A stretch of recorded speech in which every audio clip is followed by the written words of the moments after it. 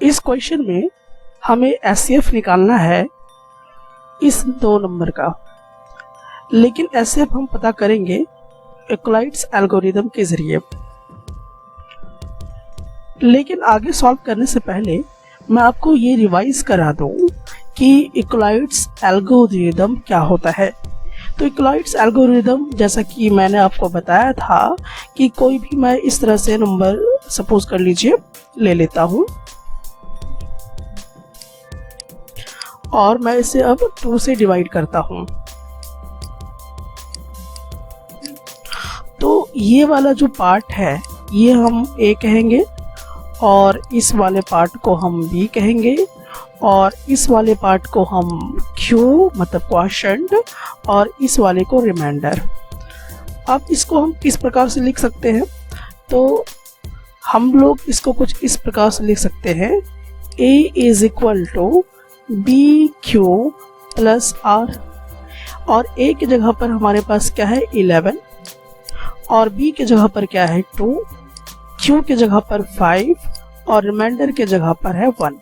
तो जब हम इस वाले फॉर्मेट को, ऐसे स्टाइल वाले को कुछ इस प्रकार की स्टाइल में जब कन्वर्ट करते हैं तो उसे हम कहते हैं यूक्लिड्स एल्गोरिदम या यूक्लिड्स डिवीजन लेमा। अब इसमें जो बात हमें आगे समझनी है कि हम ये कैसे समझेंगे कि एचसीएफ निकल चुका है।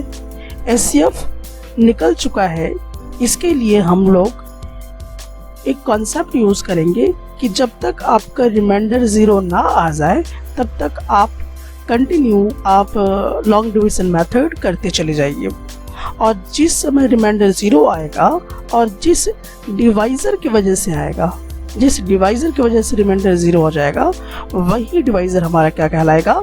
एचसीएफ कहलाएगा। तो चलिए मैं इसको अब आपको सॉल्व करके बताता हूँ कि आखिरकार हम इसको कैसे कर सकते हैं। इस क्वेश्चन को सॉल्व करते समय और भी ध्यान रखना है आपको कि इन दोनों में से सबसे पहले आपको छोटा कौन सा नंबर है उसे जज करना होगा। जैसे कि यहाँ पे देखिए 4 0 5 2 और एक है 1 2 5 7 6। इन दोनों में से छोटा कौन है पहले वो देखना होगा। तो कैसे हम जज करें? तो पहला तो हम डिजिट को काउंट करेंगे। तो जैसे देखिए यहाँ पर कितने डिजिट है? 1 1 2 3 4 और यहाँ पर कितना है? 1 2 3 4 5। तो ये वाला बड़ा है और ये वाला हमारा क्या होगा? छोटा होगा।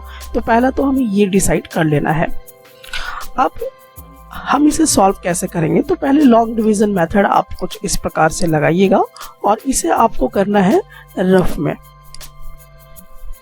तो अब हम इसको कुछ इस प्रकार से करते चले गए। तो ये हम रफ में करना शुरू करेंगे। अब देखिए कि ये कितने टाइम्स में इससे डिवाइड हो जाएगा। तो ये 3 टाइम्स में डिविजिबल हो रहा है। तो हम कुछ इस प्रकार से लिख लेंगे।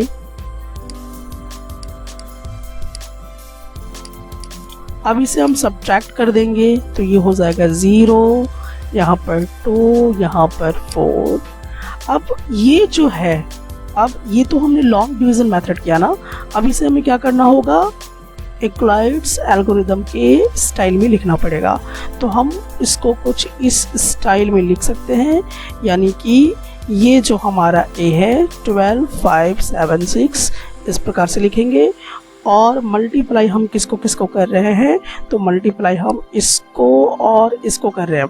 तो जैसा कि आप यहाँ पे देख रहे हैं 4 0 5 2 मल्टीप्लाई 3 और रिमाइंडर को क्या कर रहे हैं? प्लस कर रहे हैं। तो ये हमारा हो गया यूक्लिड्स एल्गोरिदम के स्टाइल में कन्वर्ट। अब इसी तरह से हमें, क्योंकि अभी रिमाइंडर तो 0 नहीं मिला है, इसलिए अभी हम आगे भी क्या करेंगे? डिवाइड जारी रखेंगे। अब हम क्या करेंगे? इस रिमाइंडर को फिर से पकड़ेंगे। तो ये रिमाइंडर हमने पकड़ा और फिर इसको हम अब क्या करेंगे? डिवाइड करेंगे। अभी कितने टाइम्स में जाएगा? तो ये 9 टाइम्स में चला जाएगा।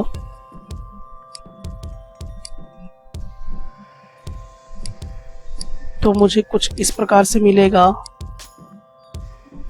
तो अब हम लोग यहाँ पे क्या देखेंगे कि अब इस वाले स्टाइल को हमें कन्वर्ट करना होगा यूक्लिड्स डिवीजन एल्गोरिदम में। तो हम कुछ इस प्रकार से कन्वर्ट कर देंगे, दैट इज़ 4052 यहाँ पर लिखेंगे और हमें जैसा कि पता है कि ये वाला मल्टीप्लाई कर देंगे इसके साथ। तो 420 मल्टीप्लाई 9 प्लस रिमाइंडर को ऐड कर देंगे। तो क्या रिमाइंडर अभी हमारा 0 आया? नहीं आया है, इसका मतलब एचसीएफ अभी नहीं निकला है। अभी हमें ये प्रोसेस आगे भी जारी रखना होगा। तो फिर से हम इस रिमाइंडर को पकड़ेंगे 272 और डिवाइड करेंगे 420 से। अब ये कितने टाइम्स में जाएगा? तो ये अब आपका 1 टाइम में जाएगा। अब इसको हम सब्ट्रैक्ट कर देंगे। अब हम क्या करेंगे, इस वाले जो लॉन्ग डिवीजन मेथड में हमने लिखा है इसको हम इस स्टाइल में कन्वर्ट कर देंगे। 420 इज इक्वल टू 272 और इसको हम इससे क्या करेंगे, मल्टीप्लाई कर देंगे। तो हम इसको अब इससे मल्टीप्लाई करेंगे, दैट इज़ 1 और रिमाइंडर को ऐड कर देंगे 148। अभी भी यहाँ पर रिमाइंडर हमारा 0 नहीं आया है, इसीलिए हम डिवीज़न का प्रोसेस अभी भी जारी रखेंगे। अब हम क्या करेंगे, फिर से रिमाइंडर को पकड़ेंगे यहाँ पर और रिमाइंडर हमारे पास 148 है। डिवाइड करेंगे 272 को और इसको हम 1 टाइम्स में डिवाइड करेंगे। तो हमारे पास कितना आएगा, 841, जो कि हो जाएगा सब्ट्रैक्ट करने के बाद। तो जब हम इसे डिवाइड करेंगे तो हमें कुछ इस प्रकार से मिलेगा, that is 272 is equal to 148 times 1 plus 124। तो ये जो फॉर्मेट हम लिख रहे हैं इसी को हम कहते हैं यूक्लिड्स डिवीजन लेमा। अब हम आगे और क्या कर सकते हैं, अभी भी रिमाइंडर 0 नहीं आया है तो हमें ये प्रोसेस अभी कंटिन्यू रखना है। जब तक रिमाइंडर 0 नहीं आएगा तब तक हमें स्टॉप नहीं होना है। तो हम फर्दर अभी फिर से डिवाइड करते हैं।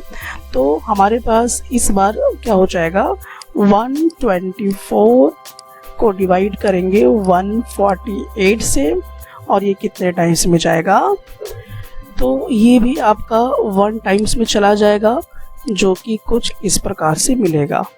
अब इसे हम सब्ट्रैक्ट कर देंगे तो हमें कितना मिलेगा, 24 मिलेगा।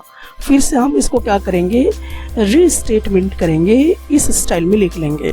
तो 148 is equal to 124 times 1 plus 24। अब देखिए यहाँ पर जो है रिमाइंडर क्या मेरा 0 आया, नहीं आया। तो फिर से हम कंटिन्यू डिवाइड करेंगे जब तक रिमाइंडर 0 ना आ जाए, तब तक अभी हम बिल्कुल भी इसको स्टॉप नहीं करेंगे। सो 24 को फिर से हम डिवाइड करेंगे 124 के साथ। अब ये कितने टाइम्स में चलाएगा, तो ये आपका 5 टाइम्स में डिवाइड हो रहा है, तो 5 टाइम्स में लेंगे। अब हम इसे सब्ट्रैक्ट करेंगे तो मुझे क्या मिलेगा, 4 मिलेगा।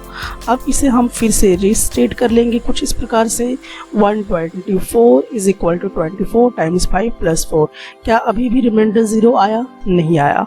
तो फिर से हमें क्या करना होगा, डिवाइड करना होगा। तो फिर से चलिए हम डिवाइड करते हैं। तो अब हम डिवाइड करते हैं इस रिमाइंडर 4 को 24 से, जो कि कितने टाइम्स में चला जाएगा, 6 टाइम में चला जाएगा। अब देखिए यहाँ पे जो रिमाइंडर आया ये 0 आया, तो ये रिमाइंडर किसके जरिए 0 आया, 4 के जरिए। तो हम पहले इसको इस स्टाइल में लिख लेते हैं कि ये, तो यहाँ पर देखिए आपकी ये जो रिमाइंडर 0 आया है ये किस डिवाइजर के जरिए आया, 4 के जरिए आया। तो जिसके जरिए, जिस डिवाइजर के जरिए रिमाइंडर क्या आ जाए, 0 आ जाए, वो डिवाइजर जो होगा आपका एचसीएफ होगा। So HCF of these numbers is equal to 4, क्योंकि यहाँ पर रिमाइंडर 0 किसके जरिए आया, 4 के कारण आया। तो ये जो 4 डिवाइजर होगा यही आपका एचसीएफ होगा। तो आपने ये सीखा कि यूक्लिड्स एल्गोरिदम के जरिए हम कैसे एचसीएफ पता कर सकते हैं।